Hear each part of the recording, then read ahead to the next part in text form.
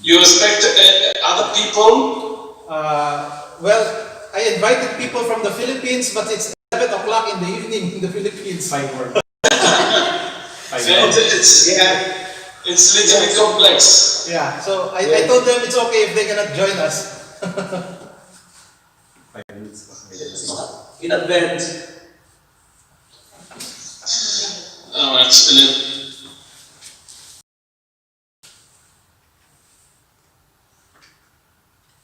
11 o'clock.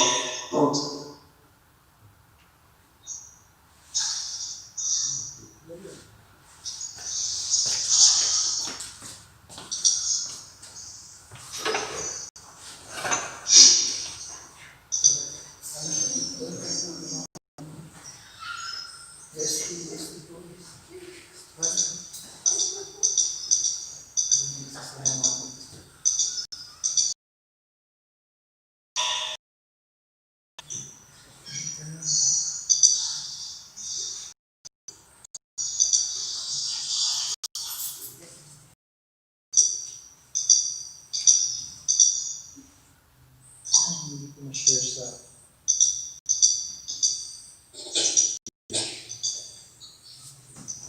Yung collection namin, hindi ko ma-share. Ayan, the Facebook. It's not one. I'm trying to see. It's like, if I can share to my page. It's okay.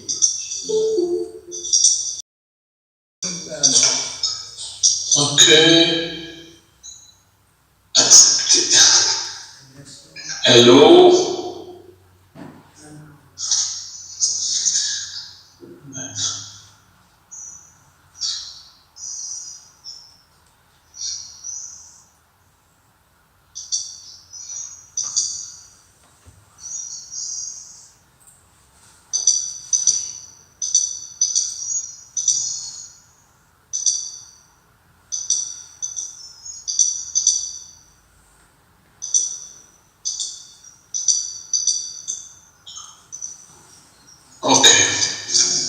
Okay.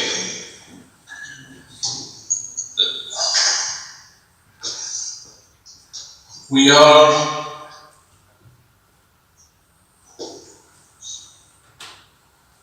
you see me well? Yes, Father.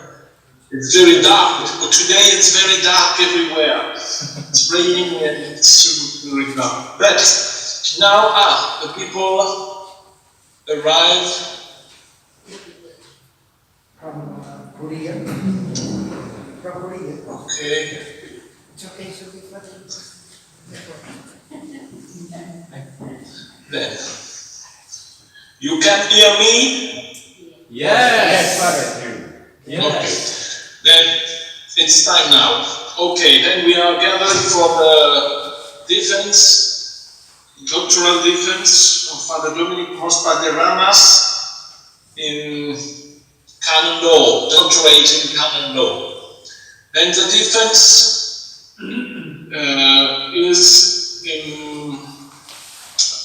is about the Adoration Chapel as a place for the exposition of the Eucharistic Theological evaluation. And during 20 or 30 minutes, we can hear Father Doramas explaining his work. After that, Father Michael Gallagher, with the moderator of the thesis, will have 15 minutes to explain his evaluation of the work and ask some questions if he wants. And after, it will be Father Joseph Nguyen Tang, who is the censor for the same time and the same purpose. After only with the censor and the moderator for 10 minutes, then we ask you to leave the Google Meet during 10 minutes, and after you come back for the what it is, for the reading of the vote. No, not the vote. The reading of the deliberation. It's clear? Yes, Father. Okay. Then, Father Dominic de Ramas, you can begin, and if you want to the prayer before your explanation. Okay, Father. So we begin. You can cut your microphone, Father Joseph. Okay. Okay. So we begin with the prayer in the name of the Father, and of the Son, and of the Holy Spirit. Amen. As to this prayer by St. Thomas Aquinas. Origin of landing. Take from us the double darkness in which we have been born, an obscurity of sin and ignorance. Give us a keen understanding, a retentive memory, and the ability to grasp things correctly and fundamentally. Grant us the talent of being exact in our explanations, and the ability to express ourselves with thoroughness and charm. Pointing out the beginning, direct the progress, and help in the completion. We ask this through Jesus Christ our Lord. Amen. In the name of the Father, and of the Son, and of the Holy Spirit. Amen. So before I begin, let me greet all the people who are here. The Dean of the Faculty of Canon Law, Father Lloyd Marie Libo, OP, the moderator, Father Michael Carragher, OP, and the censor, Father Joseph Nguyen Tan, OP. And also I'd like to acknowledge the presence of our dear brothers and sisters from the Pontificio Collegio Filippino, headed by our rector, Father Gregory Gaston, who also managed to help us have this thesis defense streamed online through the Facebook page of Collegio Filippino. So my thesis title is The Adoration Chapel as a Separate Place for the Exposition of the Eucharist, a Juridical Evaluation. The Adoration Chapel is something that I, as the researcher, has always known. It has always been a part of my life as I grew up in the Catholic faith. It was not until I was already a seminarian studying canon law that I realized that the Adoration Chapel was not specifically mentioned in the 1983 Code. Later, as a priest, I have received many questions about the Adoration Chapel, and it was difficult to provide definitive answers that is solidly based on canon law. Hence, this dissertation. Questions like, what is the Adoration Chapel? What is its nature and purpose? Is the Adoration Chapel found in canon law? What canonical provisions apply to it? What aspects concerning Adoration Chapel are not clearly defined by law? How should they be addressed? Is there a need to enact more legislations? These and many other questions will be tackled by this study, mainly from a juridical viewpoint, although it needs to be pointed out that the study have to touch on other fields as well, such as theology, liturgy, architecture, and many others. This is because the researcher has not found any specific canonical study that deals with the Adoration Chapel. The canonical studies that do exist mainly focus on the reservation of the Eucharist. With so much material to cover, this study is divided into 4 chapters. The first 2 chapters present the historical and theological foundations. The 3rd chapter deals with current practice and legislation, while the last chapter looks to the future as it looks at possible solutions. The first chapter discusses the development of Eucharistic worship. Many books and academic papers have already been written about this topic, but because they are studied from different perspectives and approaches, they were divided by the researcher into 3 broad categories. The theological, which deals with the beliefs; the practical, which includes the practices, the devotions, and the liturgical aspects of the Adoration Chapel; and the legal viewpoints. These were to provide a summary to show how they are connected. The study that it is created and designed the means of encountering Him through worship. It is through Jesus Christ that the Eucharist is established as the center point of worship. And there are two aspects to the Eucharist that is discussed is the understanding of the Eucharist, and the second is the doctrine on the real presence, which explains the practice of veneration. In the course of the Church's history, the beliefs would be doubted, and the practices would lead to excesses and abuse. Several issues and controversies arose, notably starting from the Middle Ages, that led the Church to define and deepen her understanding of the mysteries of the Eucharist. This deeper, more profound appreciation finds expression in her life of worship, in liturgy, in piety, and in spirituality. These practices gradually developed into a distinct liturgical cult, the cult of the worship of the Eucharist outside the celebration of the Mass. The second chapter. The second chapter provides a rationale for Eucharistic adoration. It covers the period from the time of the Council of Trent through the decades following the Second Vatican Council up to the current day. The presentation in this chapter focuses on the theological realizations that justify Eucharistic adoration as a valid form of worship. The heresies and superstition, the abuse and excesses associated with Eucharistic worship led the Church to define the doctrine and to provide for an orderly and proper regulation of the practices. This culminated in the Council of Trent, which confirmed the truth of the real presence of Jesus, made manifest in the Eucharist through transubstantiation. The Council provided canonical basis for the practice of venerating the consecrated species outside the Mass.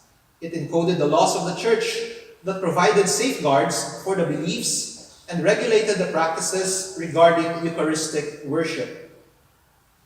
As the Church gradually clarified and strengthened the reasons for the practice of Eucharistic adoration, the various reforms and changes that were brought about by the Second Vatican Council played an important role.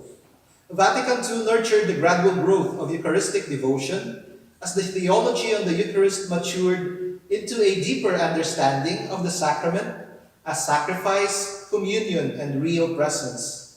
This was in turn nourished by a new liturgical movement emerging during that time. It expressed in ritual and practice what a fully conscious, active participation in Eucharistic worship should be.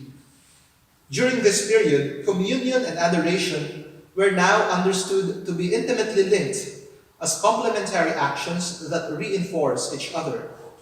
Worship of the Eucharist in the Mass can and should be continued in adoration outside the celebration, which in turn deepens the appreciation for the liturgical action.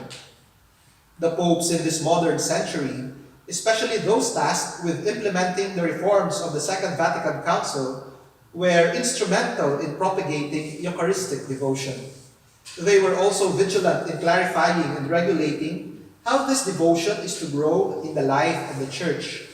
Most influential among these is Saint John Paul II, who bore personal witness to the power of prayer before the Blessed Sacrament.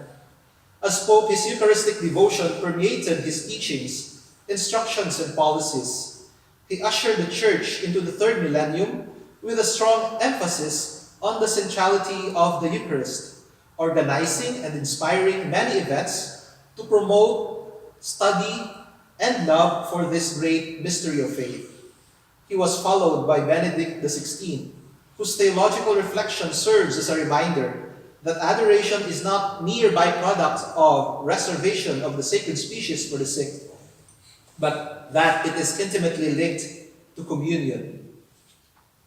With this rationale, we go now to the third chapter, which deals properly with canon law and how its norms on the Eucharist are relevant to adoration chapels. The 1983 Code of Canon Law, although it reflects the modern ecclesiology of the Church, introduced comparatively fewer changes in the norms concerning reservation, veneration, and exposition of the Blessed Sacrament. The rights of the faithful are given more importance, and this is reflected in the norms that seek to balance the availability of the tabernacle for veneration versus the demands of security and safety. Canon 937 expresses this right by mandating that in the places where Blessed Sacrament is kept and reserved, they are to be open to the faithful in certain times of the day for prayer and veneration. Applying the principle of subsidiarity, some of the norms have been simplified or been given over to the competence of local authorities, so that different cultures, circumstances, and exigencies are given consideration. This is manifest in Canon 938, paragraph 2, which provides numerous options for the placement of the tabernacle, provided that it is distinguished, conspicuous, properly decorated, and suitable for prayer. One of the many ways in which this canon was implemented resulted into the invention of a separate chapel for the reservation of the Eucharist. The norms regarding exposition were modified to acknowledge and accommodate the many forms of Eucharistic adoration, while at the same time maintaining the essential connection of the worship outside the Mass to the celebration of the Mass.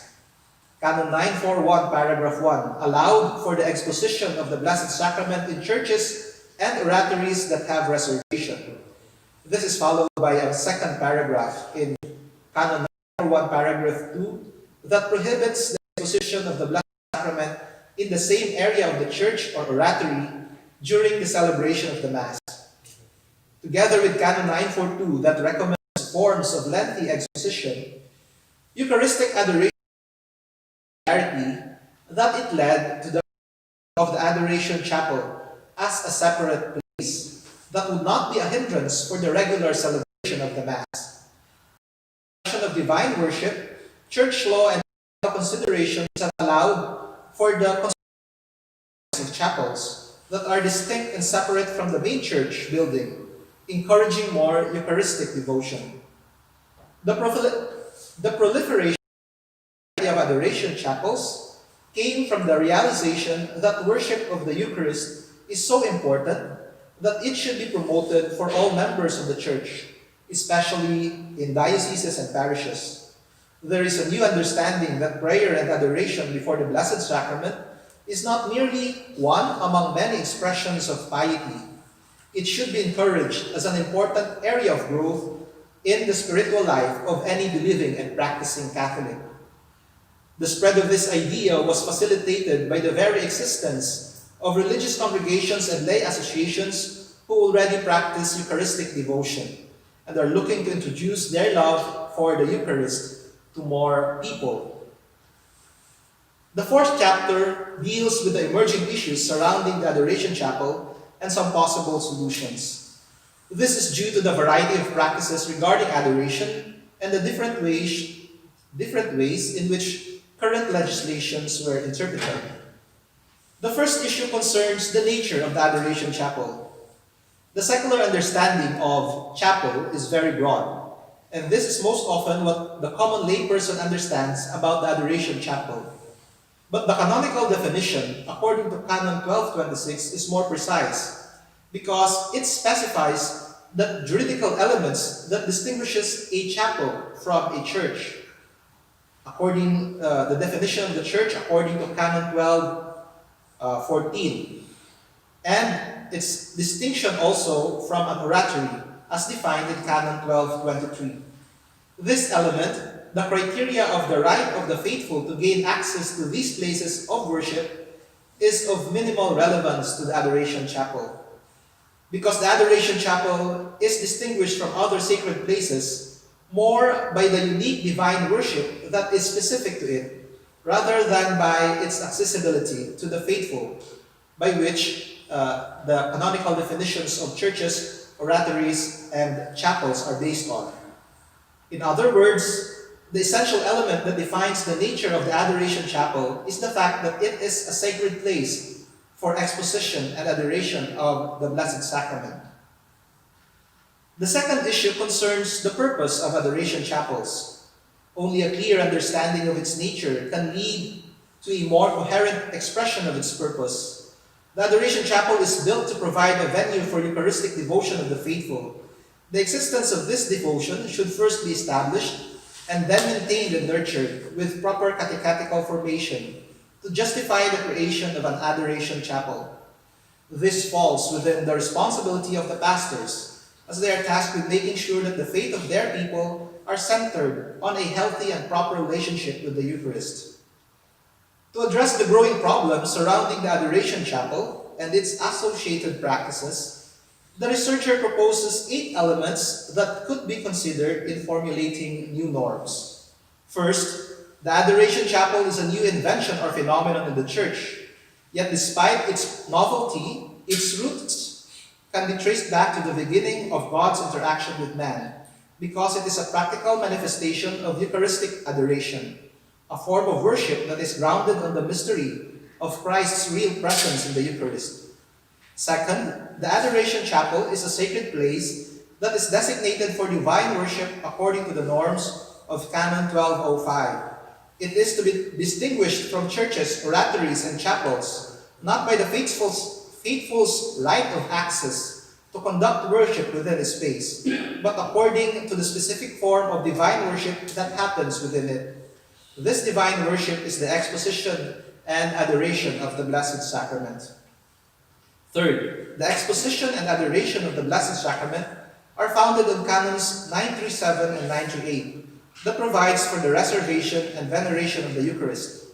The right to exposition is granted according to Canon 941, provided that it does not take place while Mass is being celebrated in the same place. Fourth, the adoration of the exposed Blessed Sacrament is a form of worship outside the Mass that is but an extension of the worship given to the Eucharist inside the celebration of the Mass. In this regard, care should be taken that the exposition and adoration are not seen as conflicting forms of worship in contrast to participating in the Mass. Regular celebration of the Eucharist that is directly connected to the acts of exposition should be followed in the same manner that Canon 34, paragraph 2 requires. It requires the Mass at least twice a month in places where the Eucharist is reserved. Fifth, the permission of the local ordinary is needed for the establishment of the Adoration Chapel, and said place is also under its proper authority in its maintenance, administration, and regulation. This parallels similar laws governing sacred places in general. In Canons 1206 to 1207, churches, Canons 1215 to 1220, and oratories, Canons 1223 to 1225, and chapels, Canon 1228. The Adoration Chapel is a sacred place for the exercise and promotion of Eucharistic worship. In this regard, care must be taken that due reverence and respect must be given to the sacred nature of the place. This means keeping the Adoration Chapel safe from desecration, as mandated by Canons 1210 to 1212 and 1222. It includes safeguarding the Eucharist in the same spirit that is expressed in the laws governing tabernacles in Canons 934, 935, and 938, to make sure that the Blessed Sacrament is not stolen or profaned. 7. Proper Eucharistic worship presupposes proper Eucharistic formation among the faithful, which is primarily an obligation of the pastors of the Church, according to Canon 773 and 898. A well-formed group of faithful who will commit themselves to Eucharistic adoration is necessary to justify the existence of an Adoration Chapel. 8. Liturgical guidelines need to be formulated to govern the Adoration Chapel. This includes having a proper rite of blessing according to its nature. The guidelines could also state what can and cannot be done inside the Adoration Chapel, and whether the space can be used for other liturgical purposes if there is no exposition of the Eucharist. Conclusion. The Adoration Chapel, as a separate place for the exposition of the Eucharist, is a new phenomenon in the Church. It is novel enough that it is not specifically mentioned in the Code of Canon Law as a distinct sacred space with a unique function for worship. It is also popular enough that it exists in many iterations and is associated with many practices that are sometimes contradictory to each other. Issues and questions have been raised regarding its nature and use. This study, in attempting to find answers to these questions, had to examine the theological foundations and liturgical practices surrounding Eucharistic worship to provide a proper juridical evaluation of the subject matter. It was only in examining the complicated interplay between belief, practice, and law that the development of Eucharistic worship can be understood. This in turn shed light on how expressions of Eucharistic worship led to the invention of adoration chapels. The study realizes that due to its unique nature and purpose, the Adoration Chapel is in need of a constitutive definition in the Code of Canon Law. It may have started as an interpretation of existing laws on reservation and veneration, but it has now gained an existence of its own, that the currently existing norms cannot fully give justice to its role in the life of the faithful. There are many norms in canon law that are relevant to the Adoration Chapel, but the fact remains that it is not specifically mentioned in the Code. A majority of the conflicts and abuses regarding the Adoration Chapel can be resolved by providing canonical provisions upon which practical liturgical norms can then be established. The study offers some elements that will contribute to a proper formulation of a constitutive law in the future. Specifically, the study concludes that the Adoration Chapel is a sacred place designated for exposition and adoration. The practice of exposition and adoration are legitimate forms of worship that the faithful may rightfully exercise, provided that they are understood as extensions of the celebration of the Mass. This means proper catechetical formation to ensure that its value and purpose are properly appreciated. The Adoration Chapel is to be regulated properly in terms of its establishment, maintenance, and safekeeping, according to the relevant norms of the Code of Canon Law. As an endnote, the researcher would like to add this personal reflection. The Adoration Chapel is a gift from God to the Church. It is an assurance of His uniquely real and constantly abiding presence in our life as Christians. Its nature and purpose may not be clear to many as yet, but as more people frequent the Adoration Chapel, may they recognize Jesus in the Eucharist and burn with love for Him. We think of the two disciples on the way to Emmaus who found themselves walking with Jesus. They did not recognize Him at first, and it was only in the Eucharist that the grace of recognition was given to them. According to Luke 24, with that their eyes were opened and they recognized Him, but He vanished from their sight, and then they said to each other, "Were not our hearts burning within us, while He spoke to us on the way and opened scriptures for us?" So they set out at once and returned to Jerusalem, where they found gathered together the 11, and those with them who were saying, "The Lord has truly been raised and has appeared to Simon." Then the two recounted what had taken place on the way, and how He was made known to them in the breaking of the bread. We appreciate this gift of the Adoration Chapel, which makes available God's unique presence to us by understanding its value, making use of it properly, and taking care of it diligently. Mane nobiscum Domine. Remain with us, Lord. That ends my presentation. Okay. Thank you so much for your presentation. And now I give the floor to Father Michael Carrier for around 15 minutes. Can you hear me? Yes, Father. Okay. As the title indicates, this thesis treats of Adoration Chapel from a decidedly juridical perspective. That having been said, Adoration Chapels are a recent phenomenon, making their appearance much later than the promulgation of the Latin Code of Canon Law in 1983. For that reason, one will not find any description of Adoration Chapel in the Code, or indeed in any universal legislation, whatever by particular legislation of the bishop or episcopal conferences. However, that does not mean the clergy, religious and lay people did not engage in adoration. Indeed, they did. Many institutes enshrined in their constitution exoratory stipulations encouraging their members to dedicate time to this religious practice. Timetables allowed for the spiritual exercise. Adoration was an integral part of their respective spirituality.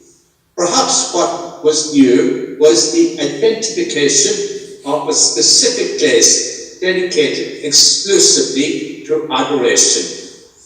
Obviously, Mass would need to be celebrated at least twice a month to ensure that the Blessed Sacrament was renewed periodically.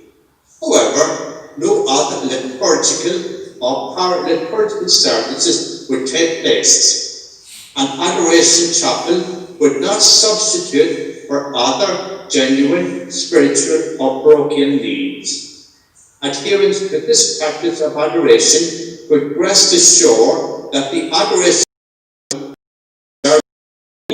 any possible misunderstanding, for example, no baptismal font, no pulpit, etc. Sometimes, if you look at the architecture of different churches, you will discover that there are certain services that cannot be celebrated.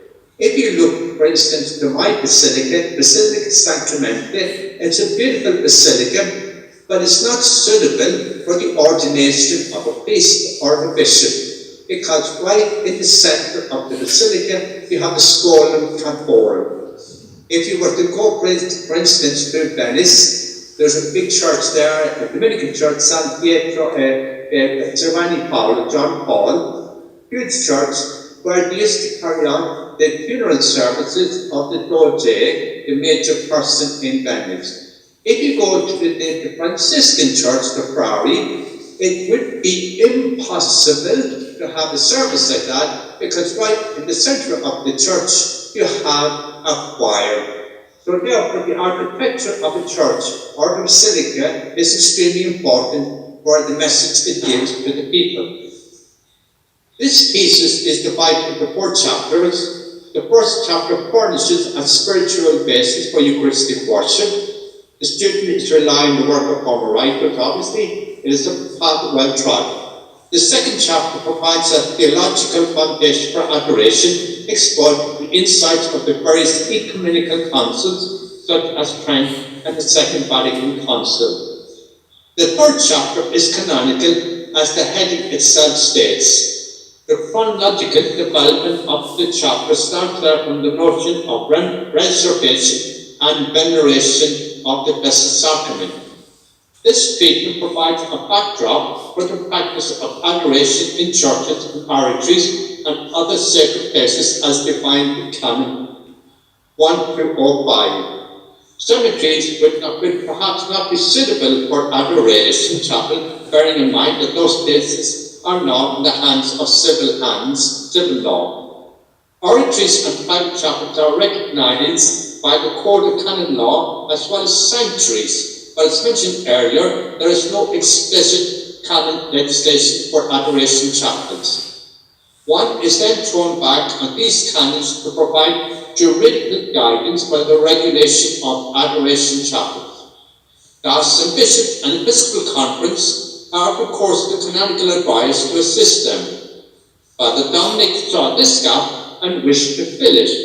He has exploited the sources of the internet, but particularly any instructions emanating from the Congregation for Divine Worship. Furthermore, he has attentive and alert to what individual Episcopal conferences have decreed, bearing in mind that any decree issued by the Episcopal Conference must abide by Canon 455, paragraph 3, which means it must be approved by the Holy See. Being approved by the Holy See means the Holy See is all faith for all kinds of developments that are taking place in various countries, so they're aware of that taking place. Adoration Chapel is not singular for any country, but it's instant in many continents. When Father Dominic was talking in his presentation, he made a number of points. One point was that there is no constitutive element in the Code of Canon Law. I submitted to Dominic to reply to this question. Perhaps we have to engage in the principle of subsidiarity, which means that certain things which are better regulated at the diocesan level or the Episcopal Conference level is much better than being legislated at the universal level, because both the diocesan bishop and the Episcopal Conference are in a position then to take into consideration all the particular circumstances which regard the construction or the designation I should say, of an Adoration Chapel. So I ask Father Dominic for that.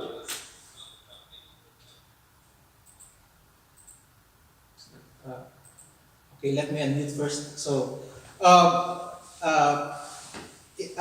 trying to imagine, Father, if the proposal that each Episcopal conference will define their own adoration chapel, and I'm foreseeing, for example, that if this happens, the adoration chapel that we will have in the Philippines, for example, as defined by the Episcopal conference, would be a different adoration chapel from, let's say, what the Episcopal Conference in the United States would suggest. And so I believe, again, this would bring about confusion and then contradiction in practices. Like, for example, what if the Episcopal Conference in the Philippines would define that the adoration chapel should not have masses, because masses are only in the church and adoration chapels in the Philippines should only for adoration. Whereas, what if in the United States they will define that the adoration chapel should have masses?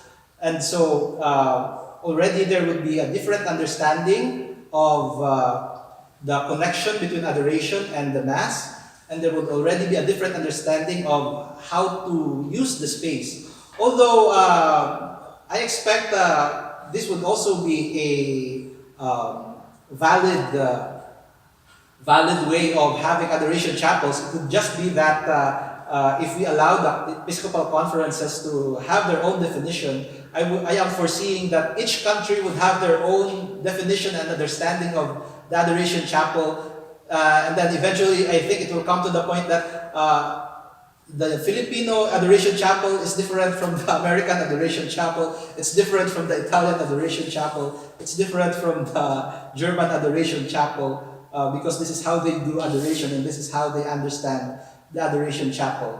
And so for me personally, I would still suggest that there will be a universal norm, definition, especially even just for the essential elements, the core. Like St. Augustine has said, in the essentials there should be unity, and in the non-essentials there should be diversity, in all things charity. But I think the point of St. Augustine here is that we should identify what are the essential things in the adoration chapel that we should consider that these are essentials, and so we should all be united in our idea that all adoration chapels should have these elements. And once we're able to identify what are the essentials, we can leave free to the rest of the Episcopal conferences according to their cultures and their practices to manifest the diversity of practices.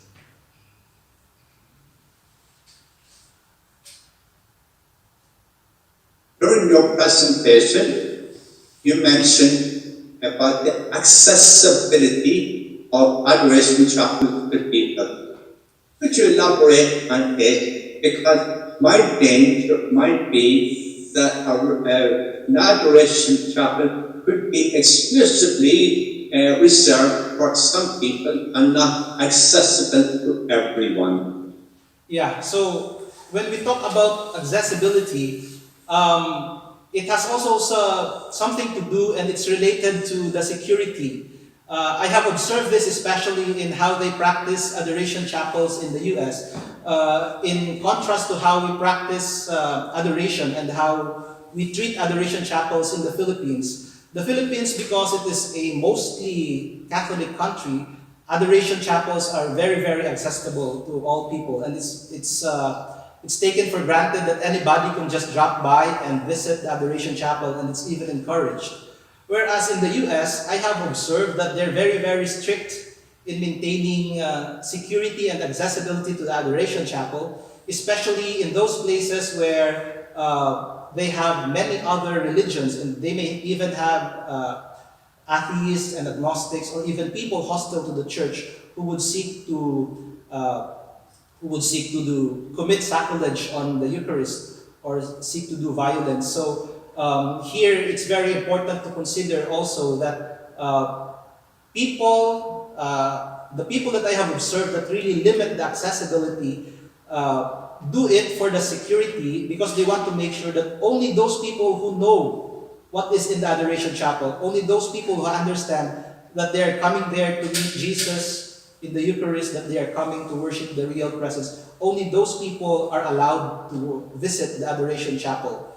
And so this is where I see the limitations on accessibility, and I think this is where it's one of those good points where we leave it to the Episcopal Conference to decide on what is best on how to treat the Adoration Chapel in their place, depending on the environment and depending on the general understanding and the general behavior, attitudes of the people towards the Eucharist and towards adoration. So in the US, for example, I know that there are adoration chapels that have security codes that only those who have pre-reserved and committed themselves to a specific time, they are only allowed to visit the Adoration Chapel during that time on their schedule, and only they have the security code because they're conscious of the security and they're trying to avoid sacrilege and profanation of the Eucharist.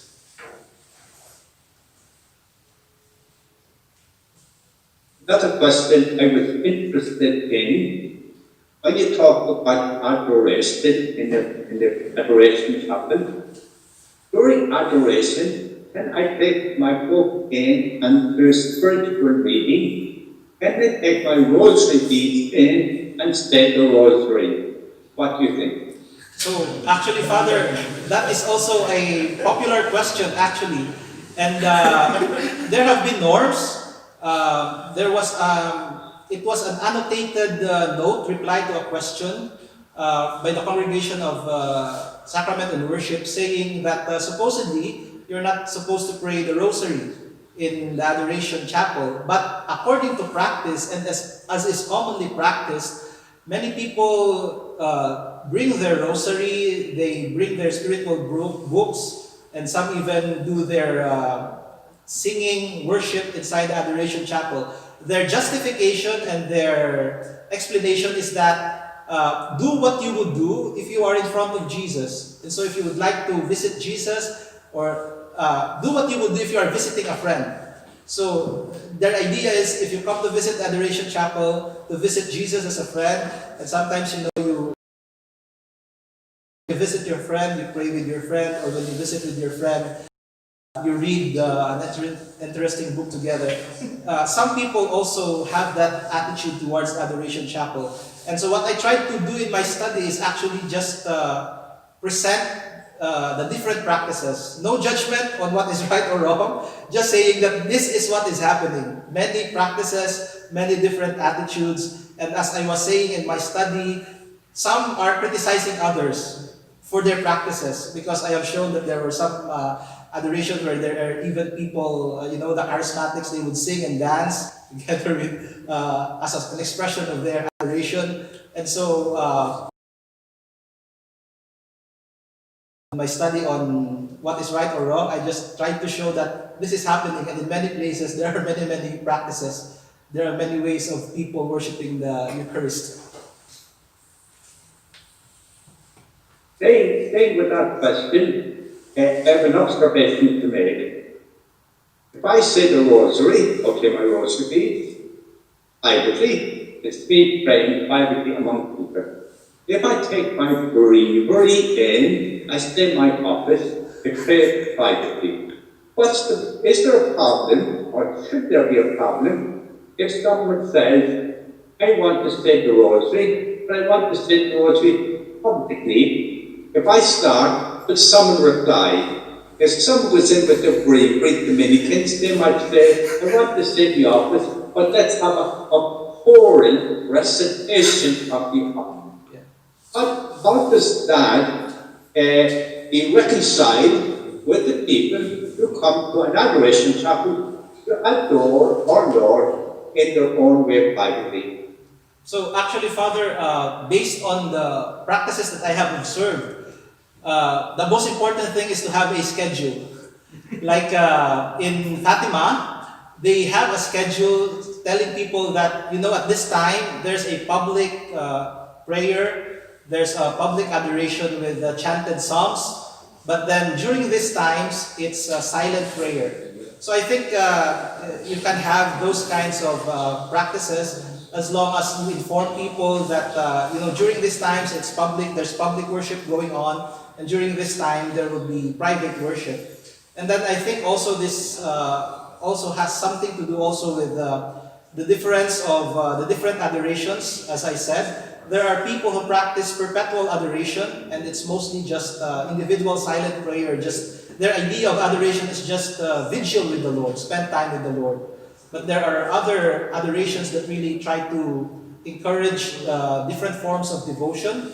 And so, for me, it's a matter of knowing the people, knowing the faithful, and then also informing them, knowing what they want and how they practice their devotion, and then maybe just for me the practical answer is provide a schedule so that people will understand there's a time for private worship, and there's a time when people will be doing public worship. So expect something happening publicly when this is its time.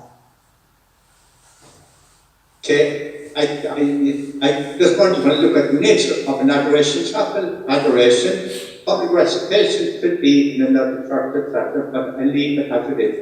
The other, in looking at your outline, in chapter 4, you speak about, okay, you can answer without looking. You have the requirement there, chapter heading saying, requirement of numbers. What do you mean by requirement of numbers? Could you elaborate on it, please?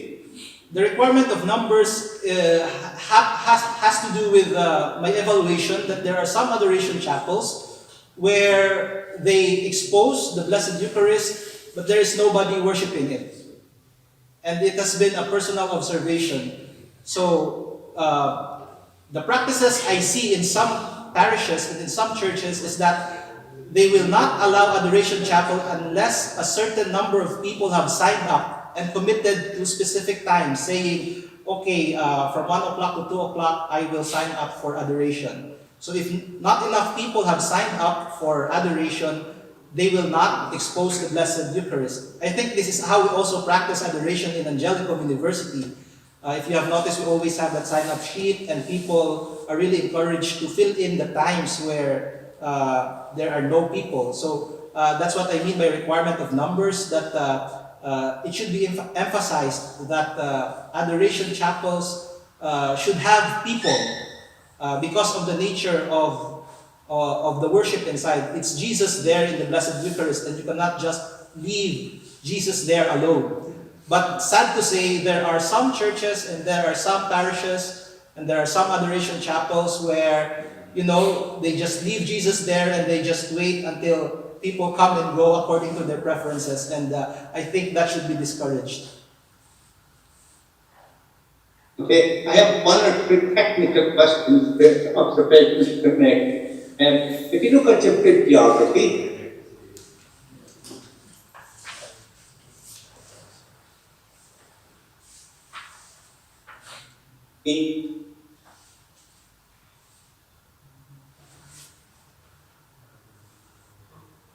yeah, okay. Okay, Father. We start off with first document. Can you hear me? Yes, Father. I forgot to mention this. This was up with the last. Code of Canon Law. You have to start off with documents. They start off, subsequent to that, you have documents of each council. Documents of strong. And ask you to go through your very carefully, Yes. to rearrange your bibliography, and to start about the previous article as regards go through it very carefully and implement it, because you also need to be in constant contact with the general university format of the thing. The other question I would say to you about your bibliography would be, don't put down a constant unless it's extremely important for your thesis. If you put on, for instance, you have a constant here, constant of Ankara 314, the very first constant you mentioned. Yeah. Unless it's important for your thesis, don't put it in. Just have practices are really, really necessary for your thesis, because otherwise people won't take it, I should say, seriously. They think of hiding it. So I'm asking to be very, very careful then about the methodology of the thesis. Okay, my 15 minutes are up. Thank you. Thank you, Father. Thank you, Father Michael. Then, Father Joseph, are you ready? Cut your. You're still muted, Father. You need to unmute the microphone. Yes, and here, Yes, Father. Professor and friends, I would like to make some observation on thesis, and later on I raise some questions regarding his presentation. The doctorate dissertation in canon law of Father Dominic de Maras is well structured and balanced between the four chapters that deal with the topic, the Adoration Chapel as a separate place for the exposition of the Eucharist, and Theological evaluation. As you have known, the Second Vatican nurture the gradual growth of Eucharistic devotion as a theology of the Eucharist into a deeper understanding of the Blessed Sacrament as sacrifice, communion, and real presence. Communion and adoration are now understood to be intimately linked as complementary actions that reinforce each other. Worship of the Eucharist in the Mass can and should be continued in adoration outside the celebration, which in turn deepens the appreciation for the liturgical action. The worship of the Eucharist takes its meaning from the Mass. The Church allows and fosters the preservation not only for administrating communion to the sick, but also it might be object of daily worship and adoration for the faithful, and also for distribution of the communion outside the Mass. As you mentioned, the Canon 934 until 9 celebration presented four chapters very well. Here I just focus on the last chapter. That is the main point of your thesis. Because the fourth chapter deals with actual circumstances related to liturgical and architectural aspects. This scientific research examines some of the current practices and trends involving Adoration Chapel. The doctorate student conclusion and evaluation are distinguished for a rigorous critical analysis.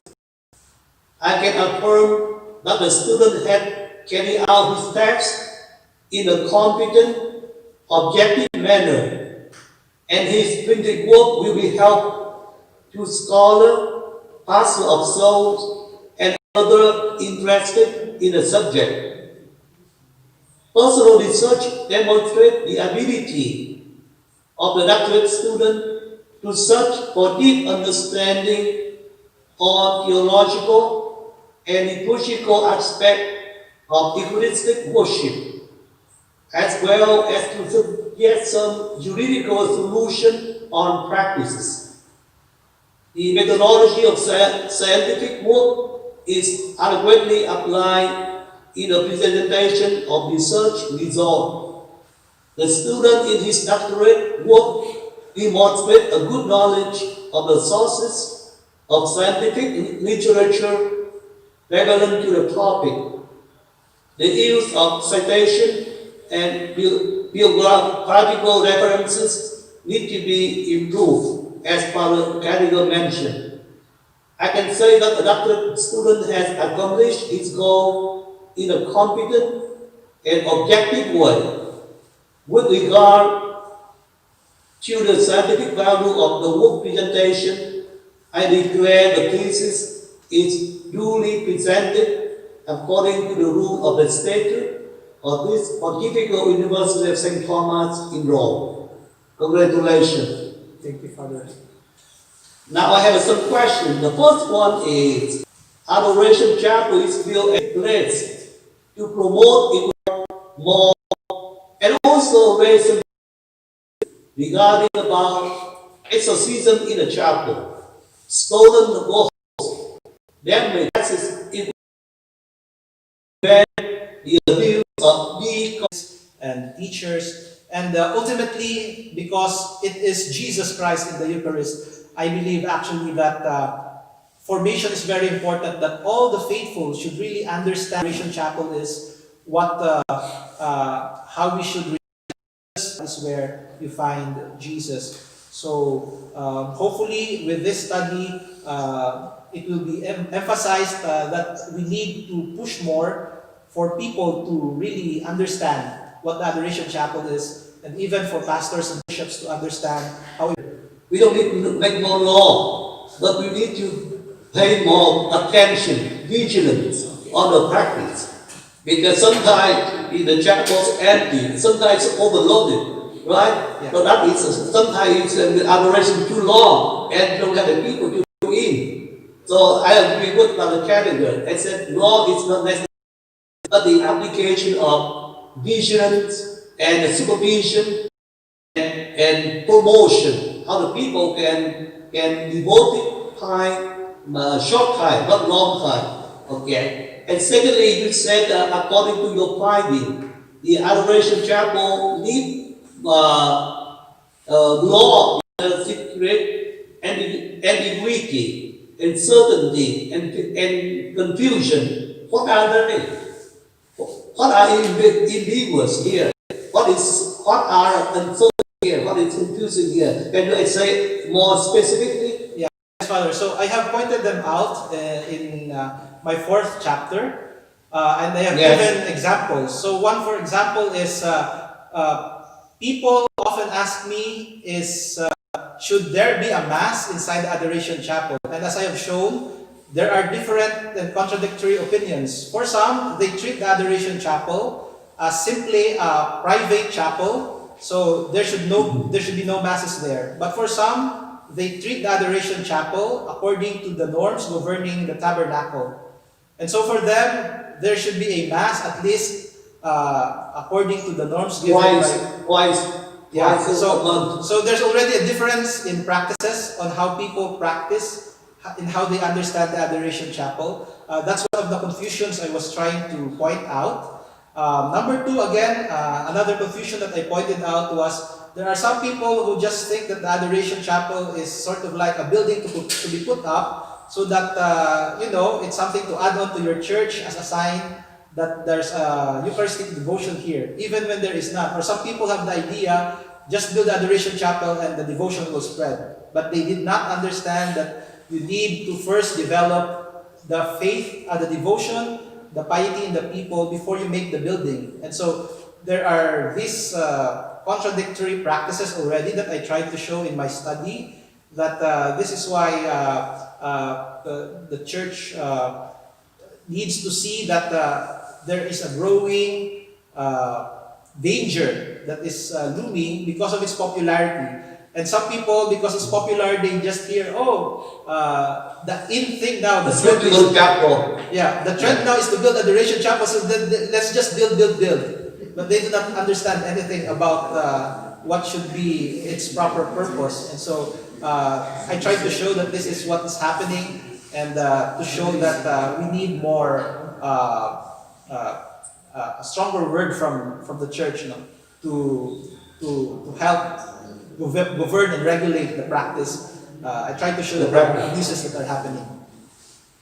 You are right, because the Adoration Chapel mainly is for devotion, for adoration, not for sitting down there and relax. But anyway, some people said, can I go to the church and go to the tabernacle and I pray? Is it the same devotion or is it different from devotion of the devotion chapel? Yeah, precisely. There were some people who were saying, especially those who object to adoration chapels, they were saying that, you know, the Lord is there in the tabernacle anyway, so why not just go to the tabernacle and venerate? Why build a separate adoration chapel? And basically, precisely this is where the devotions and the spiritualities developed by the different congregations come in, because they have deeper spiritualities that you know, for them it's more important to have the exposition rather than just simply venerating Jesus in hidden in the tabernacle. And so they would prefer exposition. And I think this is why the Code of Canon Law was very careful in phrasing the norms. As I have stated in my study, what Canon Law tried to express is that exposition may be done. So veneration is presented as a right of the faithful, but in the Code of Canon Law, it just says exposition may be done. So the church actually is saying, okay, you have the right to venerate, but you cannot demand for exposition. But precisely, it became so popular that the practices is so there is something here about its effect on the faithful. That although exposition is not really required, exposition is just allowed, more people prefer exposition. They get something more of it. And I think this is where, you know, the writings of the different saints on the effects of worshiping before the exposed Eucharist is more is really of value. The spirituality involved. Okay. My last question is: some people said, we don't need Eucharistic adoration outside the Mass or before every Mass because the Lord remains with us. And you say, man, always know me then. But let's say you don't need to create more activities because the Lord stays with you as long as you are worthy. What do you think? Well, this is something that I wanted to explore, but I did not really have time, and that is precisely the writings of the saints. So as I have stated in my study, I would have wanted to explore more what the saints say about the effects of worshiping before the Blessed Eucharist. What makes it different from just praying?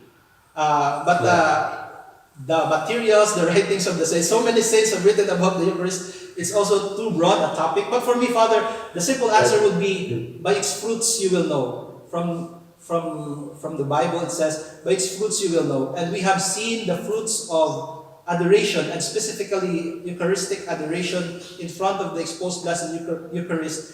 Many saints have attested to the fruits that it brings to their spiritual life. Even John Paul II, he was the number one promoter of Eucharistic adoration before the exposed Blessed Eucharist. And so the simple answer is because it's really fruitful to the life of the faithful. And it's a mystery. Certainly, because the Eucharistic adoration is invitation, it's not obligation. So anyone who feels happy to do it, you do it. Because it's not damaging the theological understanding or the doctrine or liturgical. So you are able to do it if you want to. That is, sometimes tension calls because some people extreme from one extreme to another extreme, and the people against one another in the church. Oh, thank you. I'm done. That's good. Okay. Then now I ask to the guests and to Father Dominic to leave the Google Meet now for 10 minutes. And please be aware at in 10 minutes, then 5:10. Okay, Father.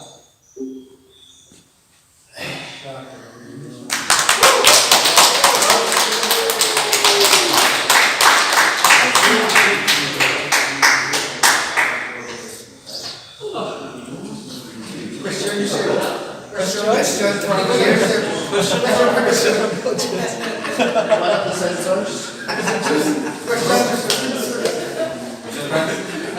Father Floyd.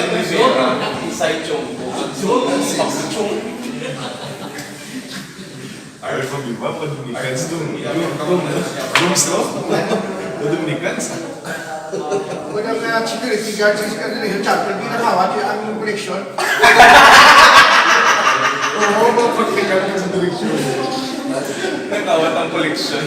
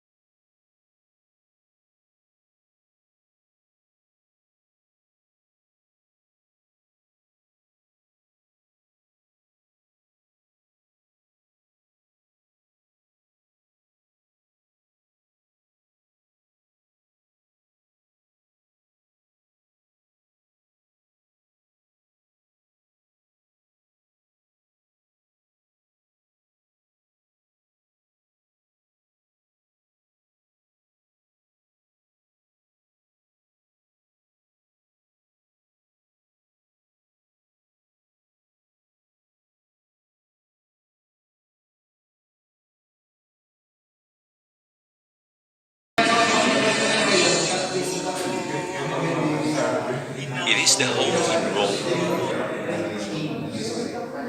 A Filipino secular diocesan priest, carefully chosen and formally sent by the respective bishops to pursue further studies in the different ecclesiastical centers in Rome. They may specialize in theology, philosophy, canon law, sacred scriptures, liturgy, history, communications, linguistics, and other fields. They take up either the licentiate, which is a degree higher than the master's, or doctorate degrees for a period of 24 years. A rector, a vice-rector procurate, and the spiritual director form the collegious group of administrators. They report directly to the Catholic Bishops' Conference of the Philippines, which has an Episcopal Commission on the collegiate. During the Roman sojourn, whenever the Going back to the priests of the collegiate make themselves available to exercise their ministry with the Filipino diaspora and seek to know and Brad, volume. Ano? Mamaya. Tablet ko. Volume lang.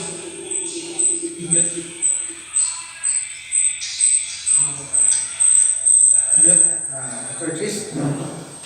Okay, everybody's here? Yes,